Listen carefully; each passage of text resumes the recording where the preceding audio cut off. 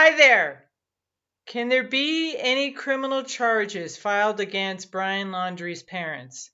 Many of you have reached out and asked me, could the Laundries be charged with anything, given this bombshell lawsuit where Gabby's parents are suing Brian's parents? And there's some new information that we found out.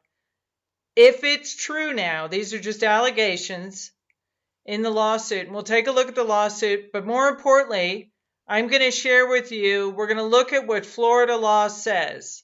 What are the possible crimes that the Laundries could be charged with, and whether or not they could be charged with it. And I'll give you my analysis. And who am I? I'm Michele Hagan. I'm a legal analyst and a former prosecutor. You may recognize me because I provided a lot of legal analysis on the Elizabeth Holmes case. And I want to also suggest that you probably take a look at the video that I just did on the lawsuit of Gabby's parents against Brian's parents and what they're suing Brian's parents for, which is basically damages for pain and suffering. Okay, so I want to say a couple things first. This video, my intention of this video is just to share with you some information. I'm not here to condemn anybody. I'm not here to accuse anybody. After all, both of these parents, both of these families lost their children. And it's a terrible, terrible tragedy. Okay, so with that in mind, I'm going to go through and just explain to you. I'm not a Florida lawyer. I'm a California lawyer, but we're still going to look at the Florida statutes, okay? And it's for educational, informational. And again, this is just my opinion. And I created this channel so that I could share with you some more in-depth analysis, legal analysis. And I want to know what you think, okay? So keep watching, and thank you to all those that have subscribed. And for all your terrific questions and comments, I really appreciate it. So keep them coming. Okay, so let's quickly look at just the complaint, the lawsuit, and then we're going to look at what the Florida law says, okay? And then I'll give you my analysis. All right, so let's take a look at the lawsuit that Gabby's parents just filed on last week on the 10th. Against Brian's parents. Okay, so here's Gabby's parents, Joseph Petito Nichole Schmidt, versus Christopher Laundrie and Roberta Laundrie, who are Brian's parents. Okay, so I guess the reason I'm getting so many questions, can they be charged with conspiring? Can they be charged with aiding and abetting? Can they be charged with obstruction of justice? All right. So why are people asking me these questions? And I think it might be when you take a look at this, and I'll go to the sections that I think are most relevant here. Don't I sound like a lawyer? Okay. So here's some new information now. If it's true, okay, the Gabby's parents are saying that it is believed, and therefore we're looking at paragraph 18. That on or about August 28th, Brian advised his parents that he murdered Gabby. Okay, now how do they know that? What information?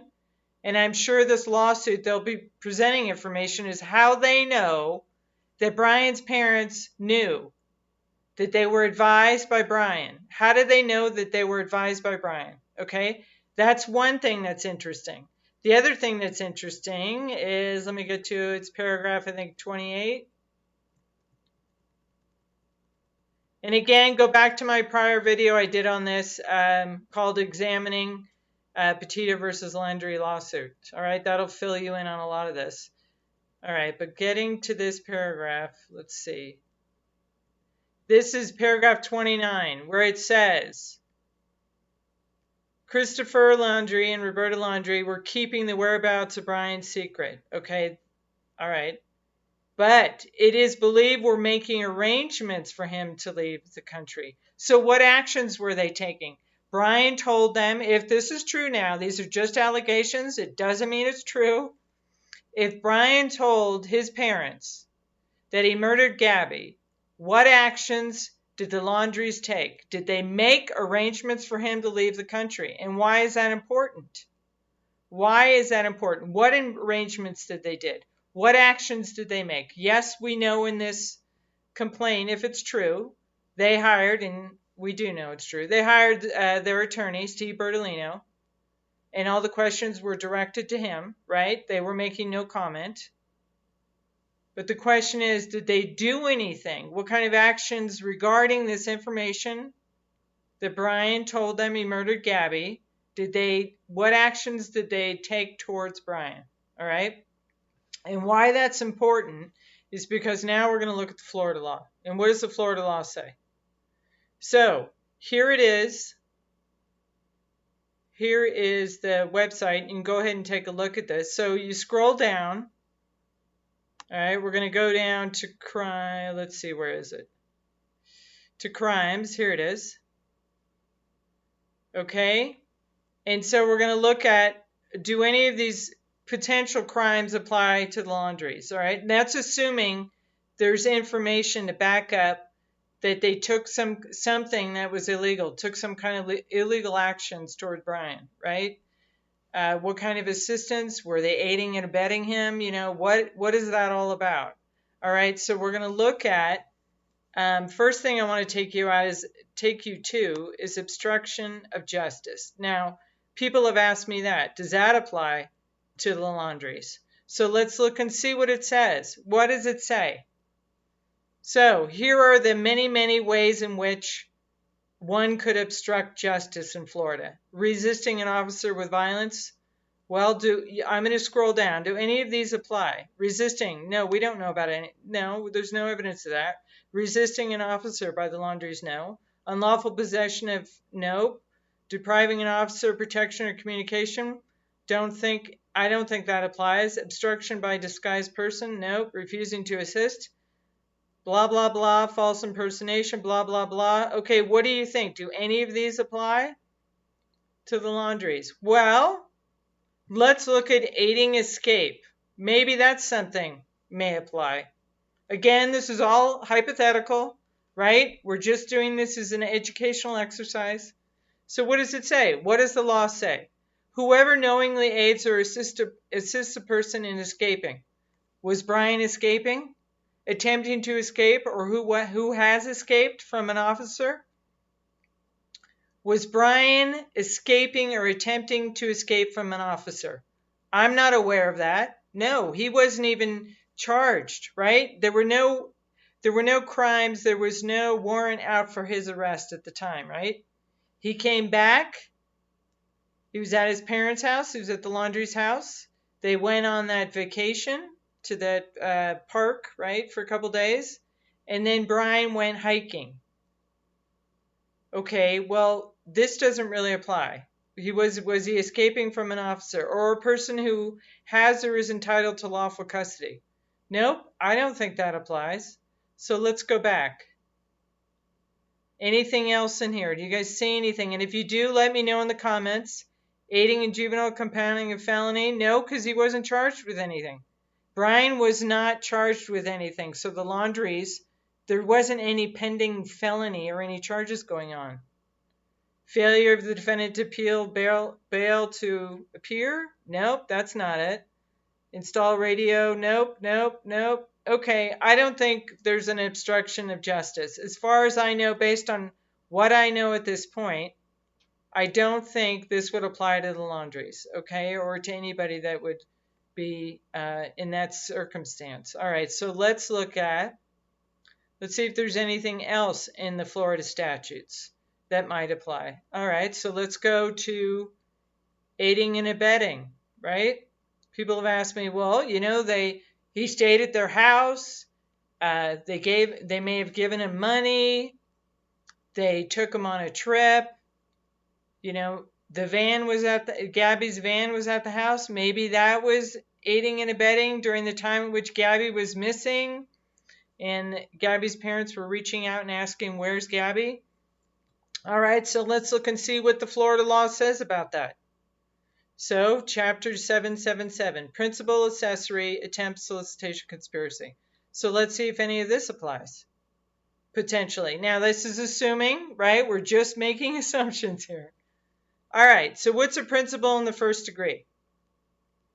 Whoever commits any criminal offense against the state, whether a felony or misdemeanor. Okay, yes, Brian murdered Gabby, so that is a felony. Whoever commits any criminal offense against the state, whether felony, or aids, abets, or counsels. This is where it gets a little interesting. Aids, abets, counsels, hires, or otherwise procures such offense to be committed. Well, I'm not aware of any information the Laundries knew about what Brian did, prior to him doing it. So I don't think there's anything about procuring an offense, such offense before, right? And such offense is committed or is attempted to be committed, is a principal in the first degree, may be charged, convicted, blah, blah, blah. All right, let me break this down for you. Whoever commits a criminal offense, all right, so murdering, killing Gabby, criminal offense, or aids or abets, maybe the parents aided, abetted Brian, counseled, hires, or otherwise procures such offense to be committed. Well, there's no evidence that I know of that the Laundries procured the killing of Gabby. None. So did they aid and abet or counsel Brian to commit such offense? Nope, not aware of that. So probably this does not apply. Okay, aiding and abetting, no, not at this point, right? Not in the information we know. So let's look to see what else. Aiding and abetting as a principal, no. How about accessory after the fact? Okay, because in the lawsuit that Gabby's parents filed, they allege that Brian advised his parents that he killed Gabby after the fact, right? The killing was apparently around the 27th of August, according to the lawsuit, that Brian advised his parents on the 28th, the following day. So that would be after the tragic killing of Gabby, okay? So let's see, would the Laundries be considered an accessory after the fact? So what does it say? Any person not standing, okay, this is very interesting language. Any person not standing in relation of husband or wife, parent, well, these are his parents. Okay, who maintains or assists the principal. The principal would be Brian. He's the one who committed the murder of Gabby. Or an accessory before the fact. Well, this doesn't apply. Or gives the offender any other aid knowing that the offender has committed a crime and such crime was a third-degree felony. Well, first of all, this is not a third-degree felony. This would be a capital case when you kill somebody. I believe that's correct in Florida. Be a capital felony. So the other thing that's interesting is any person not being a parent. See what it says, not standing in relation to being a parent. So those are two ways this wouldn't apply to Laundries. Number one, these are his parents, right? And his parents, we always want to protect our children. Always, all right? And that's the whole tragedy about all of this. So a parent, and then the other thing that's required is a third-degree felony. Well, this doesn't apply. So paragraph 1 does not apply, 1A. How about 1B? Any person who maintains or assists the principal or accessory before the fact, well, that doesn't apply. Or gives another one regarding committing the offense of child abuse. Nope. 1B doesn't apply either. How about 1C? Any person who maintains or assists the principal, that would be Brian, or an accessory before the fact, that doesn't apply. Or gives the offender any other aid knowing that the offender has committed a crime. Okay, so if it's true that he advised them, the Laundries knew that Brian had committed a crime, and such crime was a capital, life, first degree or second degree, and I'm sure murder in Florida is a capital or a life crime, or had been an accessory before the fact with the intent, here's the key words, with the intent that the offender avoids or escapes detection, arrest, trial, or punishment, is an accessory after the fact. Okay, so let's break that down again. We're looking at 1C.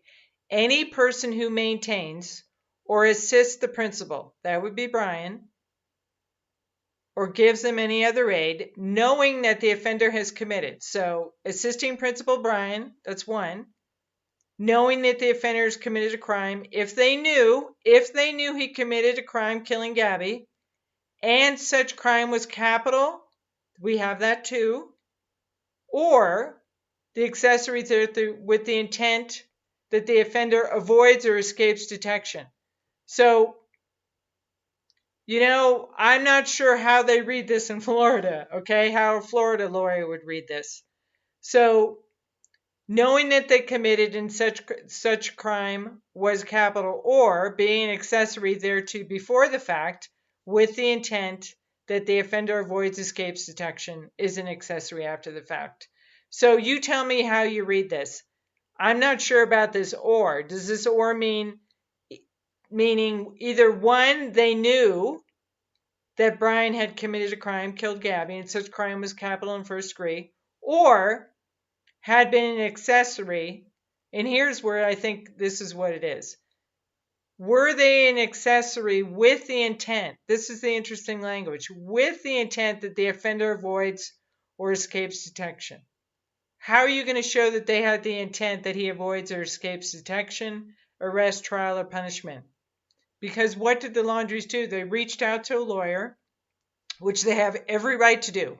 They have every right to do this, to get assistance, to figure out what to do here. All right, they reached out to Attorney Bertolino. Does that show that they had the intent to avoid or escape detection, arrest, trial, or punishment? I mean, what actions did they take? And again, back to the lawsuit that Gabby's parents are saying, they allege that the Laundries were making arrangements to get Brian out of the country. Well, if that's true, then maybe that shows an intent to help the offender avoid or escape detection, arrest, trial. He wasn't under arrest, there was no trial, and there was no punishment, so it's escaping detection. I don't know, you guys tell me, what do you think this says? Again, I think the Laundries had every right to talk to a lawyer. I think they also, they have the right to remain silent. I think that's going to be a tough case. And I know it's really difficult for any parent. When you're reaching out and you're begging to find out what happened to your child. It's a very, very tragic circumstance. We have the Laundries on one side trying to protect their son, right? Their child. And there's a lot of stuff we don't know. There's a lot of stuff we don't know. And this is, again, out of respect to both families, and prayers to both families. This is very tragic. They both lost their kids, okay? So I'm just offering this, this information to you just to show you this is what the law would say, right? So what would my analysis be? Probably not on the obstruction of justice. Not at this point. There may be other information that comes out.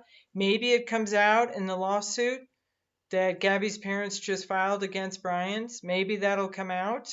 What actions did the Laundrie take? I just keep thinking about the fact that, when I think it was reported that when they went into Brian's room, after he'd left and gone hiking, that his wallet and his keys and everything were there. I mean, he left his identification, he left his stuff there. I mean, that indicates things, what does that indicate to you? So, what is it, what actions did the Laundrie take that someone could argue that they were assisting or an accessory after the fact? I don't think there's enough evidence. I don't think we know enough at this point. And I think it's a big tragedy anyway, all of this, all around. So, and I leave it up to the local prosecutors in Florida to figure it out. I'm sure they've just, with all the public sentiment and all the public outcry in this case, I'm sure the prosecutors are looking into whether or not there's any rules or any laws that were broken, right? But my analysis at this point, and again, I want to hear from you. What do you think? Do you think obstruction, aiding and abetting, accessory after the fact, do you think any of this applies to the Laundries? Again, please do leave your comment, your questions. I enjoy responding to them and reading them. Please do subscribe. Thanks again for watching. And again, out of respect to, both of these families, this is a big tragedy, and prayers Prayers to both families. Okay. So thank you again for watching.